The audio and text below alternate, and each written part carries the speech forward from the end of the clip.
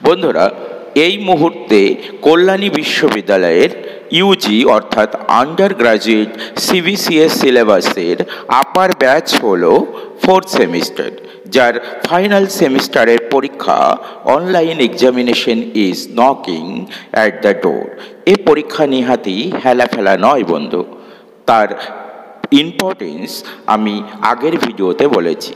সেই সাথে আমি আগের দুটো ভিডিও মোটিভেশনাল কাম কোর কোর্সের syllabus, marks obtained, possible questions, SEC নিয়ে আলোচনা করেছি। বিভিন্ন কলেজের স্টুডেন্টসদের লাস্ট মিনিট প্রিপারেশনের আশায় এই ভিডিওয়ে আজ আমি মূলত জরুরিকালীন বিষয়ের কথা মাথায় রেখে এবং 4th সেমিস্টারের দিকে তাকিয়ে জিই অর্থাৎ জেনারেল ইলেকটিভ সাবজেক্টগুলির খুঁটিনাটি নিয়ে আলোচনা করব, যা নিশ্চিত তোমাদের দিশেহারা পড়াশোনার জীবনে টিমটিমে প্রদীপের আলোর নিশানা দেখাবে আশা করি। তার আগে বলি, যারা তোমরা বিভিন্ন সাবজেক্টে অনার্স নিয়ে ফার্স্ট সেমিস্টারে অ্যাডমিশন নিয়েছো, তখন থেকে অনার্সের সিসি অর্থাৎ 1 এবং 2 এই দুই পেপারের সাথে 3টি জিই অর্থাৎ জেনারেল ইলেকটিভ অপশনাল হিসেবে তোমাদের চয়েস করতে হয়েছে। যেমন যারা হিস্ট্রি অনার্স নিয়ে ফার্স্ট সেমিস্টারে ভর্তি হয়েছিলে, তাদের দেওয়া হয়েছিল GE Bengali, English, political science. এই তিনটি সাবজেক্টের মধ্যে যারা ফার্স্ট সেমিস্টারে দুটো অনার্স পেপারের সাথে পাশের সাবজেক্ট হিসেবে জিই বেঙ্গলি পড়ে ফেলেছো, সেকেন্ড সেমিস্টারে সেই তোমায় বেঙ্গলি পড়তে হবে। অর্থাৎ ফার্স্ট অ্যান্ড সেকেন্ড সেমিস্টার মিলিয়ে 6 মাস প্লাস 6 মাস ইকুয়াল টু মোট 1 বছর। অর্থাৎ ফার্স্ট ইয়ারে তোমাকে পাস বা জেনারেল সাবজেক্ট হিসেবে বাংলা পড়তেই হচ্ছে। প্রথম 6 মাস অর্থাৎ ফার্স্ট সেমিস্টারের বেঙ্গলির যে সিলেবাস তোমায় পড়তে হয়েছে, সেকেন্ড সেমিস্টারে এসে সেই বেঙ্গলির অন্য আরেকটা সিলেবাস তোমাকে পড়তে হয়েছে। এবার আসি সেকেন্ড ইয়ারের আলোচনায়। এখানেও তোমার দুটো সেমিস্টার রয়েছে, থার্ড এবং ফোর্থ সেমিস্টার। থার্ড সেমিস্টারে 3টে অনার্স পেপার অর্থাৎ কোর কোর্সের সাথে বাকি দুটো জিই সাবজেক্টের মধ্যে যে কোনো একটি তোমায় চুজ করতে হয়েছে, হয় ইংলিশ নয় পলিটিক্যাল সায়েন্স। ধরো তুমি ইংলিশ চুজ করেছো থার্ড সেমিস্টারে, ফোর্থ সেমিস্টারে কিন্তু তোমাকে ইংলিশই পড়তে হবে। অর্থাৎ সেকেন্ড ইয়ারে তোমাকে সাবজেক্ট চেঞ্জ করার কোনো স্কোপ নেই। থার্ড সেমিস্টারে তুমি ইংলিশের যে সিলেবাসটা পড়েছিলে, ফোর্থ সেমিস্টারে অন্য সিলেবাস তোমাকে পড়তে হয়েছে। সুখের কথা এই যে ফিফথ সেমিস্টারে গিয়ে তোমাদের এরকম আর কোনো জিই পড়তে হবে না। ফার্স্ট সেমিস্টার থেকে শুরু করে ফোর্থ সেমিস্টার অবধি জিই পেপার কিন্তু 75 মার্কস, এর মধ্যে 60 রিটেন, বাকি 15 কলেজের হাতে। এবার আমি ফোর্থ সেমিস্টারের মেজর কয়েকটি জিই পেপার নিয়ে আলোচনা করব। এই আলোচনায় তোমরা গোটা সিলেবাসের সাথে সাথে সম্ভাব্য প্রশ্নাবলী যা তোমাদের পরীক্ষায় আসার মতো তা পেয়ে যাবে। প্রথমেই আসি জিই বেঙ্গলির আলোচনায়। আধুনিক বাংলা ভাষা ও সাহিত্যের ইতিহাস এই পেপারটির নাম। এখানে মোট 6টি সেকশন বা ইউনিট রয়েছে। প্রথমে আসি উপন্যাস ও ছোট গল্পে। এখানে পড়তে হবে ঔপন্যাসিক হিসেবে ব্যক্তি বঙ্কিমচন্দ্র, রবীন্দ্রনাথের সাহিত্য সৃষ্টি প্রতিভা, আর কথা সাহিত্যিক হিসেবে শরৎচন্দ্র, মানিক বন্দ্যোপাধ্যায় ও বিভূতিভূষণ বন্দ্যোপাধ্যায়ের ঔপন্যাসিক প্রতিভা। মাথায় রাখতে হবে এই 5 জন সাহিত্যিক যে বিপুল সাহিত্য সম্ভার রচনা করেছেন, সে সকল বইগুলি তোমাদের পড়তে হবে না, শুধু এদের প্রতিভা 2-2.5 পেজের মধ্যে তোমাদের মনে রাখতে হবে। এরপর রবীন্দ্রনাথ পরবর্তী যুগের কথা সাহিত্যে ৩ বন্দ্যোপাধ্যায় অর্থাৎ তারাশঙ্কর, বিভূতিভূষণ এবং মানিক বন্দ্যোপাধ্যায়, এদেরকে তোমাদের পড়তে হবে একটু করে। এছাড়া আধুনিক বাংলা সাহিত্যে ব্যক্তি মীর মোশাররফ হোসেনের অবদান শুধু পড়তে হবে। এরপর ছোট গল্পকার হিসেবে আর ৫ জনের অবদান, যথা রবীন্দ্রনাথ, তারাশঙ্কর, মানিক বন্দ্যোপাধ্যায়, শরৎচন্দ্র, বিভূতিভূষণ, এদেরকে তোমাদের জেনে রাখতে হবে। বন্ধুরা, পরের ইউনিট হলো গদ্যরীতি ও প্রবন্ধ। ফোর্ট উইলিয়াম কলেজের ৩ জন বিশিষ্ট গদ্যকারের অবদান, গদ্যচর্যায় শ্রীরামপুর মিশনের ভূমিকা, বাংলা গদ্যচর্যায় রামমোহন রায়, কালীপ্রসন্ন সিংহ, বিদ্যাসাগর, বঙ্কিমচন্দ্র, প্রমথ চৌধুরী, প্যারীচাঁদ মিত্র, এই ৬ জনের অবদান আলাদা আলাদা করে নোট করে রাখবে 5 মার্কসের জন্য। ইউনিট 3 কাব্য ও কবিতা।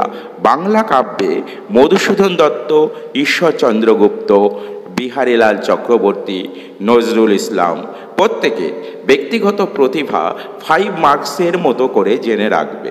এছাড়া জীবনানন্দ দাশ, সুকান্ত ভট্টাচার্য, রঙ্গলাল বন্দ্যোপাধ্যায়, মোহিতলাল মজুমদার, এই 4 জন কবির কবি প্রতিভা 5 মার্কসের আলাদা আলাদা করে আসতে পারে।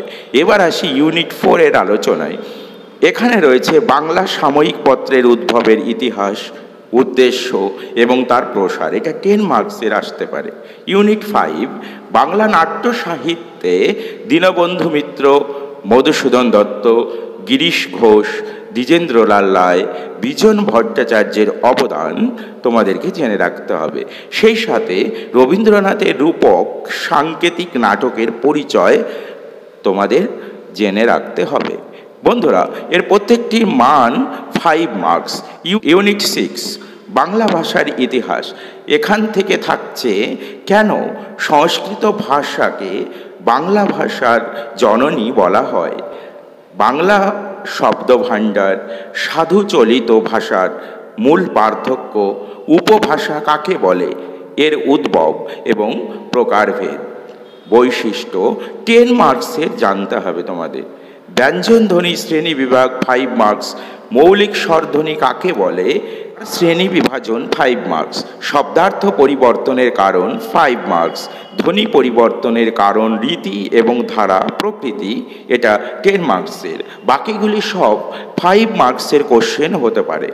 মার্কস বিভাজন প্রত্যেকে স্ক্রিনে দেখে নাও প্লিজ। এই একই মার্কস ডিস্ট্রিবিউশনে এরপর জিই এডুকেশন নিয়ে আমি তোমাদের সাথে আলোচনা করব। এডুকেশনাল সাইকোলজি অ্যান্ড ডেভেলপমেন্ট, এর ধারণা, প্রকৃতি, পরিধি 5 অথবা 10 মার্কসের। মনোবিজ্ঞান এবং এডুকেশনাল সাইকোলজির মধ্যে পার্থক্য কি, 5 বা 10 মার্কস। মানব জীবনের উন্নতির স্টেজ এবং দৃষ্টিভঙ্গিগুলো কী কী, এটা 10 মার্কসের। শৈশবের ফিজিওলজিক্যাল, সোশ্যাল, ইমোশনাল জ্ঞানের বিকাশ পর্ব, প্রত্যেকটি বিকাশ পর্ব 5 মার্কসের আসতে পারে। টোটাল বিকাশ পর্বের আলোচনা 10 মার্কসের কোশ্চেন্স হতে পারে। ইউনিট 2তে আসি, লার্নিং, শিক্ষার সংজ্ঞা, বৈশিষ্ট্য, প্রভাবিত শিক্ষা অর্থাৎ ইনফ্লুয়েন্সিং লার্নিংয়ের কারণ, শিক্ষাতত্ত্ব এবং তার প্রভাব 10 মার্কস। ক্লাসিক্যাল বা ধ্রুপদী এবং সাপেক্ষ শর্তগুলো কি, 5 মার্কসের। অন্তর্দৃষ্টিমূলক শিক্ষা, শিক্ষার স্থানান্তকরণ, এর ধারণা, প্রকারভেদ, ইতিবাচক, নেতিবাচক এবং শূন্যবাচক, এটা 10 মার্কসে তোমরা রেডি করে রাখবে। এরপরে প্রেরণা, এর শ্রেণীবিভাগ, উপকরণ বা তত্ত্ব, শিক্ষায় এর ভূমিকা, এটা 10 মার্কসের আসতে পারে। মুখস্থের সংজ্ঞা, এর তত্ত্ব, এলটিএম এবং এসটিএম কি, এটা তোমরা জেনে যাবে। এরপর ভুলে যাওয়ার অর্থ এবং তার কারণ কি, এটাও 5 বা 10 মার্কসের মতো করে তোমরা জেনে যাবে। ইউনিট 3তে বুদ্ধিমত্তা ও সৃজনশীলতা, বুদ্ধিমত্তার সংজ্ঞা, তত্ত্ব, স্পেয়ারম্যান এবং থার্স্টোন, এখানে তোমাদের জেনে যেতে হবে। এরপর সৃজনশীলতা, সৃজনশীলতা কথার অর্থ কী, এর মানে কি, এর তত্ত্ব এবং এর চর্চা 10 marks. Unit 4, this is the last unit of GE education. ব্যক্তিত্ব, সংজ্ঞা, বংশগতি, পরিবেশ ব্যক্তিত্বের নির্ধারণে কী ভূমিকা আনে, এটা 10 মার্কসের কোশ্চেন আলোচনা করতে হবে তোমাদেরকে। এরপর শ্রেণীভেদ এবং বৈশিষ্ট্য তত্ত্ব কি, 5 মার্কস। মনোবিজ্ঞানের বিশ্লেষণ তত্ত্ব, এটা 5 মার্কসে জেনে যাবে। স্বাতন্ত্রিক পার্থক্য, অর্থপ্রকাশ এবং তার তাৎপর্য, এটাও বন্ধুরা 10 মার্কসের কোশ্চেন হতে পারে। বন্ধুরা এবার আসি পলিটিক্যাল সায়েন্স জিইর আলোচনায়। এখানে মূলত দুটি অপশনাল পেপার রয়েছে। প্রথমটি গভর্নেন্স ইস্যুস অ্যান্ড চ্যালেঞ্জ অথবা human rights, gender and environment. এই দুটি পেপারের যে কোনো একটি থেকে তোমরা পরীক্ষাতে অ্যাটেন্ড করতে পারো। এবার আসি গভর্নেন্স ইস্যুস অ্যান্ড চ্যালেঞ্জের আলোচনায়। এখানে ইউনিট 1-এ রয়েছে সরকার অর্থাৎ গভর্নমেন্ট ও শাসন পদ্ধতি, গভর্নেন্স এর ধারণায়। বিশ্বায়নের যুগে রাষ্ট্রের ভূমিকা, রাষ্ট্রীয় বাজার এবং নাগরিক সমাজ, প্রত্যেকটি 10 মার্কসের আসতে পারে। ইউনিট 2-তে রয়েছে শাসন পদ্ধতি, উন্নয়ন মাত্রার পরিবর্তনের কারণ, রূপ, প্রভাব, 10 মার্কসের।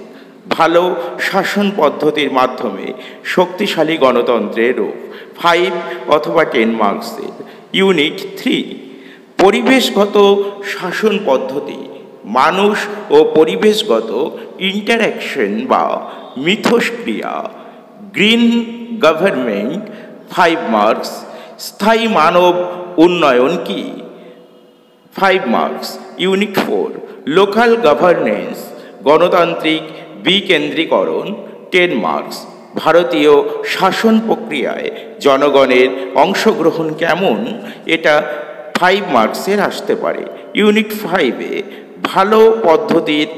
ভালো শাসন পদ্ধতির উদ্যোগ ও তার খুব ভালো চর্চা, এর অর্থ, ধারণা ইত্যাদি 10 মার্কসের আসতে পারে।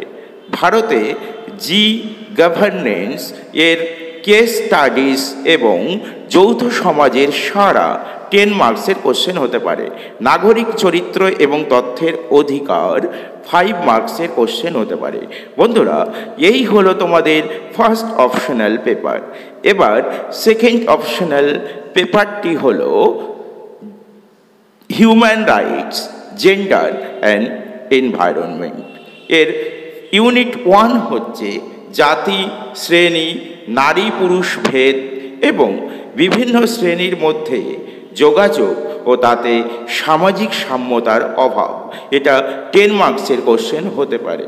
শ্রমিক, কৃষক, দলিত, আদিবাসী এবং নারী সমাজের উপর বিশ্বায়নের প্রভাব, এক্ষেত্রে বিশ্বায়ন কি, এটা নিয়ে 10 মার্কসের কোশ্চেন্স হতে পারে।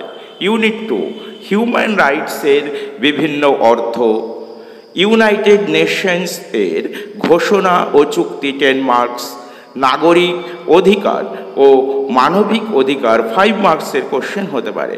মানবিক অধিকারগুলি এবং ভারতীয় সংবিধান, এখানে 5 মার্কসের কোশ্চেন হতে পারে। আইন ও প্রতিষ্ঠান সমূহ ভারতের ক্ষেত্রে, এটা 5 মার্কসের কোশ্চেন হতে পারে। জাতীয় মানবাধিকার কমিশনের ভূমিকা, প্রান্তিক শ্রেণী যেমন দলিত, আদিবাসী, নারী, মাইনরিটিস, অসংগঠিত শ্রমিক প্রভৃতির মানবাধিকার ধারণা, 10 মার্কসের কোশ্চেন হতে পারে। এছাড়াও ক্রেতা সুরক্ষা আইনে বিক্ষুব্ধ বণিক ব্যবসায়ী শ্রেণীর যে স্বার্থ সুরক্ষা আইন, 10 মার্কসের কোশ্চেন হতে পারে। ভারতে মানবাধিকার আন্দোলনের প্রকৃতি, 10 মার্কসের কোশ্চেন। ইউনিট 3, পিতৃতান্ত্রিক সমাজ গঠনে নারী পুরুষ লিঙ্গভেদের ব্যাখ্যা, ইতিহাস এবং সাংস্কৃতিক ক্ষেত্রে 10 মার্কসের কোশ্চেন হতে পারে। নারীদের আর্থিক উন্নয়ন, 10 মার্কসের কোশ্চেন হতে পারে। ভারতীয় আইনে নারীদের রাজনৈতিক অংশগ্রহণ এবং প্রতিনিধিত্ব, 10 মার্কসের কোশ্চেন। ভারতে নারী অধিকার রক্ষার প্রতিষ্ঠান সমূহগুলি 5 নম্বরে কোশ্চেন হতে পারে। এছাড়াও ইউনিট 4 পরিবেশগত এবং স্থায়ী নারীর উন্নয়ন, বিশেষত ইউএন প্রোগ্রামগুলিতে RIO অর্থাৎ রিও থেকে জোহান্সবার্গ ও তার পরবর্তী পর্বের আলোচনা 10 মার্কসের হতে পারে। শিল্প দূষণ, বিশ্ব উষ্ণায়ন, ভারতে জৈব বৈচিত্র্যের পরিবেশগত নীতিগুলো 10 মার্কসের কোশ্চেন হতে পারে। এছাড়া পরিবেশ আন্দোলন 10 মার্কসের কোশ্চেন হতে পারে। বন্ধুরা, আজ এই পর্যন্ত আলোচনায় মূলত আমি 3টি মেজর জিই আলোচনা করলাম। এই 3টি সিলেবাস তোমাদেরকে দেওয়া হলো, তার সাথে পসিবলস কোশ্চেন আলোচনা করা হলো। আজ এই পর্যন্ত, ভালো থাকবে প্রত্যেকে।